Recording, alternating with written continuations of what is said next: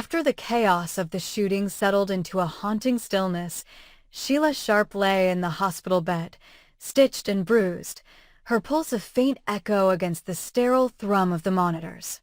She had survived the bullet meant for Finn, and she should have felt relief, but instead, a crushing realization tore through her. Luna's death had sprung from the very cycle of violence she had spent her entire life trying to escape. In the half-light of the ICU, watching the machines keep her alive, Sheila's memories swirled in a bitter whirlpool. Luna's anguished scream as she grasped for help, the terror in Luna's eyes when the spiral of fear and aggression overtook her own fragile mind. The moment when Luna, unmoored from all hope, had succumbed to the madness that Sheila's secrets had wrought. All her schemes, all her lies, had led inexorably to that final, tragic act. Guilt ravaged her as she thought of Luna's bright promise, the little girl who once adored Finn, believing him to be her hero, unaware that he was her father only in the most twisted sense. Sheila vowed then that she would atone for this catastrophic failure, whatever the price. And when she heard that Liam Spencer's own life hung in the balance, that the failure of his liver threatened to extinguish the light in his eyes just as Luna's death had snuffed out her chance at redemption, Sheila made an impulsive, wrenching decision. She would donate part of her own liver to save him.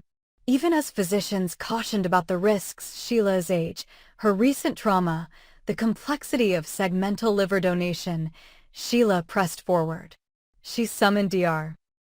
Buckingham, demanded compatibility tests, and in that fluorescent corridor she offered up her flesh and blood as the ultimate penance for the violence she had unleashed. Word of Sheila's pledge rippled through the hospital wards and into the hearts of every player tangled in this drama.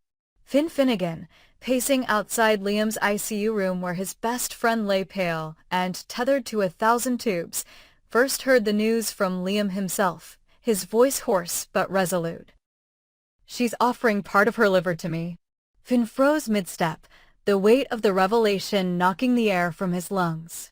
Every fiber of his being recoiled in anger at the woman who had kidnapped Hope, who had lied and manipulated, whose machinations had cost Luna her life and nearly taken his own. Yet beneath that fury lay a tremor of something else, pity, sorrow, an echo of the father he could never be to Luna because of Sheila's deception. He pressed his palm against the cool glass of Liam's room as though he could will him back to health, and he wondered if Sheila's sacrifice was genuine contrition or another of her elaborate ploys designed to win sympathy and bend the family to her will. When Steffi Forrester stormed into the waiting area, her designer heels clicking on the tile, Finn's tension spiked. She cornered him with venom in her eyes, accusing Sheila of staging the liver offer to manipulate emotions, to justify the depths of her misdeeds. "It's all theater," Steffi spat, her voice cracking with grief and rage. "She's dangling her own blood as bait to distract us from the fact that she killed Luna." Finn's jaw clenched. He hadn't yet formed a judgment. In the ambulance where Luna had screamed moments before her collapse, and in the chilling echo of her final breath, he'd glimpsed the ruin Sheila had wrought, but now, seeing her pale form on the gurney, stitched together by surgeons, he found himself unable to dismiss her humanity entirely. Somewhere between outrage and empathy, his heart wavered.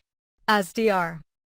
Buckingham and her team prepared Liam for the transplant, running last-minute cross-matches and scanning Sheila's scans, the hospital corridors thrummed with tension. Bill Spencer, who had weathered countless storms, paced in tailored slacks, phone glued to his ear, rallying Hope, Ridge, and the Forresters to the bedside.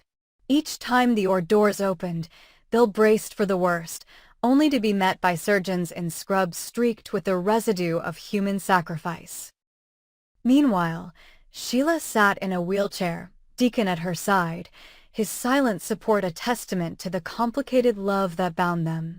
She reached down, clasped his hand, and whispered through tears that she would do anything to save that boy, even if it meant her own death. The irony that she, The architect of so much pain was now giving her life for the son of the man she had wronged was not lost on anyone. Finn hovered at the threshold of the operating theater, torn. To reject Sheila's gift would uphold justice in his eyes, but to accept it could save his brother-in-law, the man who had stood by him since day one. As Grace Buckingham sternly advised taking every viable measure to save Liam's life, Finn realized that the line between hate and compassion was finer than he'd ever imagined. Steffi, locked outside the theater, branded Sheila's act as the cruelest joke. A woman who had thrived on deception now parading her self-sacrifice as though it could wash away murder. She raged at Finn when he faltered, demanding he stand against Sheila's theatrical guilt trip. But as the hours crawled by and the blips on Liam's monitors steadied under the hands of Grace and her team, Finn found his resolve softening. He remembered Luna's small smile, the way she once looked at him with unguarded adoration, the birthday cakes they had shared before secrets drove them apart.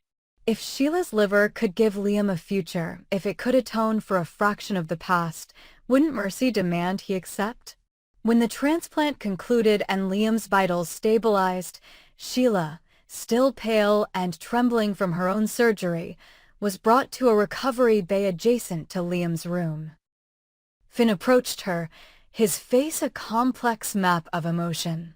Steffi hovered behind him, her arms crossed, ready to denounce what she called Sheila's morbid theater at any moment. Yet when Sheila lifted her gaze and whispered, "Tell Liam I'm sorry," Finn felt something shift, a fragile bridge of understanding built on shared grief. In that harrowing hospital, where lies and redemption collided, the survivors of violence found themselves bound together by the blood Sheila had spilled, then offered to save a life she once threatened. And as the fluorescent lights hummed and the night stretched on, one truth crystallized. In the shattered aftermath of Luna's death and Liam's near demise, only an act of radical mercy could begin to heal a community wounded by violence and betrayal. At the moment Brooke Logan stepped off the glittering escalator into the cavernous Grand Palais-inspired tent erected for Napoli Fashion Week, the air thrummed not just with the music pulsing through the speakers, but with an electric undercurrent of anticipation. Fresh off her triumphant relaunch of Logan, Spectra's couture line, Brooke felt the familiar thrill of being both muse and magistrate of style, her every step setting the tempo for the season's most discerning buyers and editors. Tonight, however, her role was different. She had accepted Nick Marone's personal invitation to attend his first solo showcase under the elegant banner of Marone Design, a gesture that carried weight far beyond the flashbulbs popping like fireworks around her. As she floated past draped columns of shimmering chiffon and alabaster marble pedestals bearing avant-garde shoe prototypes, her sable stilettos clicking like a heartbeat in the hush before the storm of runway applause, she couldn't help but feel conflicted guilt at the look of steely determination on Ridge Forrester's face when she'd phoned him with the news. Ridge's voice, usually a warm baritone that promised sanctuary, had clipped with something cold and taut, and he had warned her. Almost pleaded that attending Nick's show, in the city where her husband's legacy loomed as large as the Duomo in the daylight, threatened to reopen old wounds he'd spent years trying to seal. Yet Brooke had smiled at him over the phone as if to coax him from his jealousy, wrapped him in the assurance that their love was a fortress impregnable to rumor and rivals' overtures, then boarded the private jet for southern Italy. Her heart beating a secret tune of excitement at this unexpected alliance with Nick, of reclaiming her identity as a fashion icon in her own right, unshadowed by the Forrester name. When she arrived backstage, Nick himself greeted her with that half-lopsided grin she knew so well and a blue blazer that matched his eyes, a deliberate choice, she suspected, to make her feel seen. He handed her a flute of champagne, gesturing toward the lineup of models draped in his latest collection, a daring fusion of Mediterranean brights and industrial accents. His voice was low and earnest as he described the inspiration behind each dress. The way the sunlight fractured on the water of the Bay of Naples, the rough beauty of rusted fishing nets, the fearless grace of the local street artists. Brooke listened enthralled, the champagne's effervescent bubbles tickling her throat, and for an intoxicating moment she forgot her marriage, forgot the gnawing anxiety in her chest that spoke of loyalty and the chasm that jealousy could carve between even the strongest hearts. Behind her, the chatter of stylists and socialites catoned, the hoisting of cameras, the soft swoosh of fabric. When the lights dimmed and the runway filled with silhouettes that shimmered and moved like living pieces of art, Brooke clasped her hands at her heart, awash in pride for her friend and colleague, just as Ridge had once been. But even as the first model emerged in a gown of sapphire organza and woven copper filaments, Ridge's reproach whispered along her spine. She felt a sudden pinch of discomfort when the crowd's applause thundered to a close and she rose to her feet in a swirl of mink-trimmed cashmere, her role as honored guest beckoning her to the front row. Phone in hand, she glanced down to find a text from Ridge. 3 words, "Come home now." She hesitated, thumb hovering over the keys, a shadow of doubt in her mind, until the hush of expectation around her sealed her decision. She would stay, at least until the finale, to witness Nick's triumph and honor the promise she'd made. Outside, the night air carried a salty tang as she made her way down the boardwalk that led from the venue to the historic pier. Strings of lanterns cast honeyed pools of light over the weathered planks, and Ferraris and vintage Vespas lined the promenade like exotic sea creatures beached on the cobblestones. The festivity of Napoli Fashion Week had spilled into the streets, and she paused to watch a cluster of local musicians strike up a tarantella, their fiddles and tambourines weaving together in a joyous cacophony that made her pulse race. She raised her skirt just enough to avoid the trailing hem catching on the wood and walked toward a small cafe where Nick had arranged an intimate after-party. He appeared at her side, effortlessly stylish even in a simple black shirt and dark jeans, and extended his elbow. She slipped her arm through his, and they strolled along as if the water lapping just beyond the railing were a mirror reflecting the brilliance of their collaboration.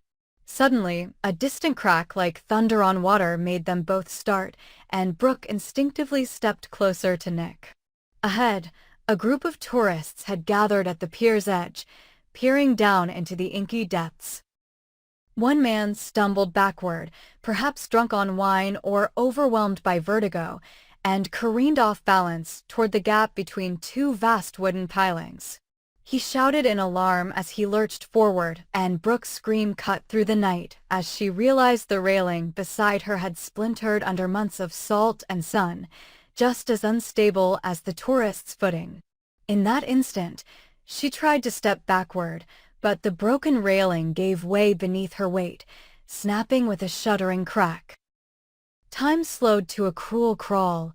Brooke felt her body tilt forward, arms flailing for something solid, but all she found was air. The glittering surface of the Gulf of Naples rushed up to meet her in a dizzying spiral of terror and cold salt water. Her heart seized in her chest as she plunged through the lantern glow and into the depths below, her designer heels snagging on the wood before snapping loose and sinking beneath her like anchors. Nick exploded into action without a moment's hesitation. He discarded his blazer and shoes, rolling his trousers to mid-calf, and dove into the plunge pool of the Adriatic with the practiced ease of a diver at the Olympics. The shock of the cold water roared through Brooke's veins, and panic clawed at her throat as she fought to keep her head above water. Beneath the surface, she felt disoriented, the world a blur of dark shapes and muffled sounds, until strong arms encircled her waist and Nick's voice a lifeline in the chaos. Bellowed above the waves, "Brooke, I've got you." He propelled them both toward the distant glow of the dock lights, kicking with a determined ferocity born of love and desperation. As they broke through the surface, Nick hauled Brooke up onto the platform, his arms trembling under her weight. She coughed and sputtered, salt stinging her eyes, but the moment she saw his face lit with relief and something like awe, she realized how perilously close she had come to vanishing forever. Above them, Ridge stood frozen at the rail where he had arrived breathless, his gaze locked on the unfolding rescue.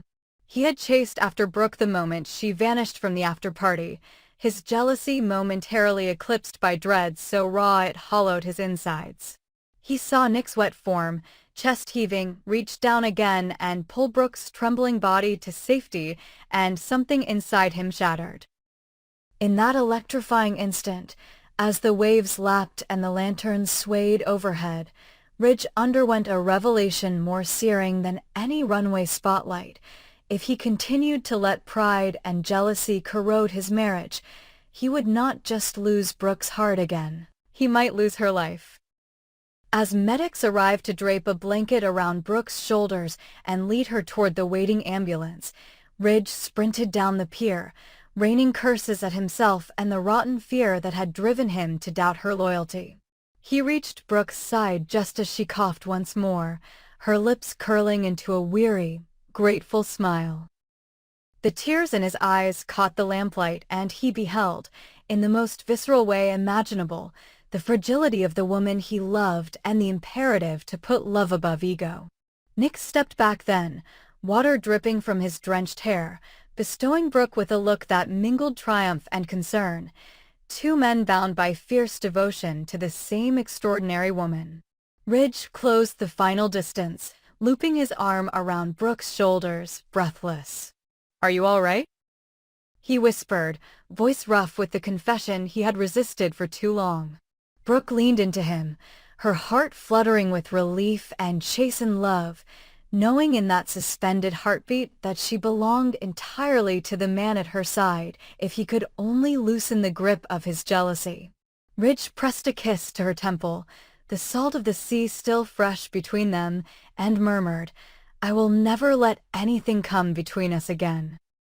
As the ambulance lights faded into the night behind them, marking the end of one fashion week and the beginning of another chapter in their lives, Brooke realized that true style, like true love, demanded vulnerability above vanity, faith above fear. And as Ridge held her close, neither man nor moment mattered as much as the single, unshakable truth. She would risk everything to be loved by a man who chose her heart over his pride every single day.